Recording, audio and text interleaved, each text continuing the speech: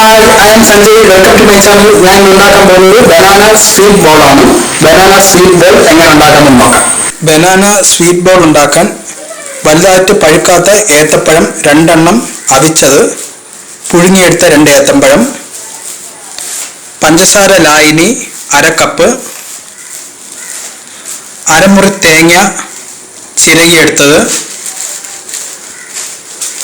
കിസ്മിസ് 12 എണ്ണം, ഏലക്ക 3 എണ്ണം.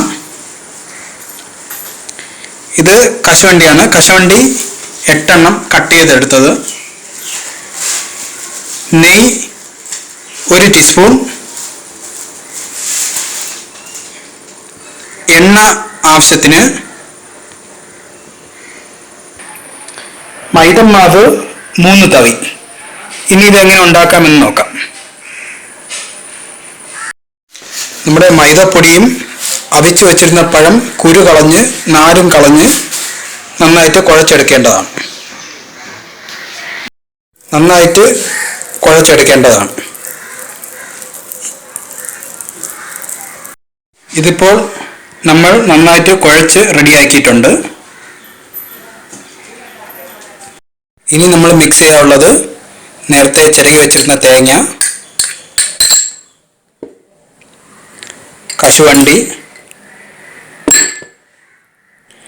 കിസ്മിസ്, ഏലക്ക, നെയ്യ്,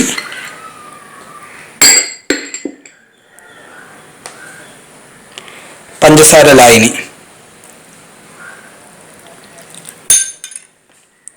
ഇത് നന്നായിട്ട് മിക്സ് ചെയ്തെടുക്കുക.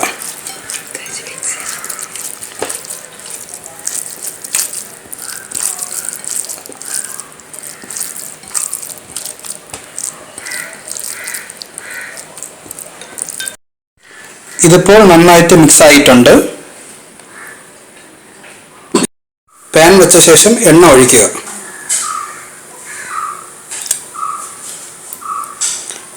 എണ്ണ ആവശ്യത്തിന് ഒഴിച്ച് ചൂടാക്കേണ്ടതാണ്. നമ്മുടെ മൈദ മിക്സ് ചെയ്ത് എടുത്തത്, മൈദയും ഏത്തപ്പഴവും മിക്സ് ചെയ്തെടുത്തത് കയ്യിലെടുത്ത് പരത്തേണ്ടതാണ്. കയ്യിലെടുത്ത് പരത്തി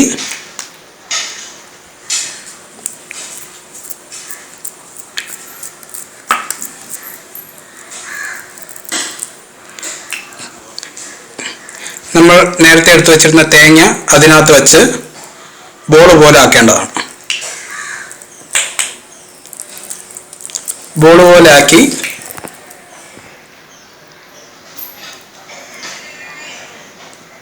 എണ്ണ ചൂടാകുമ്പോൾ ആ ബോൾ എണ്ണയിലേക്ക് ഇടുക.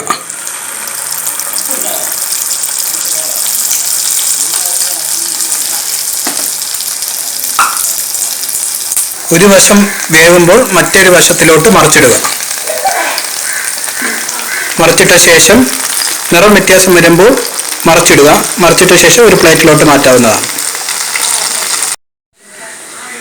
നമ്മുടെ ബനാന സ്വീറ്റ് ബോൾ റെഡി ആയിട്ടുണ്ട്. Banana sweet ബോളാണ്.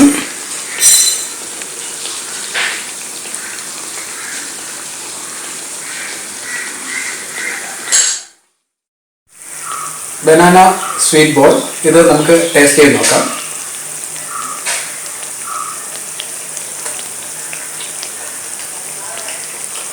നല്ല ടേസ്റ്റ് ഉണ്ട്.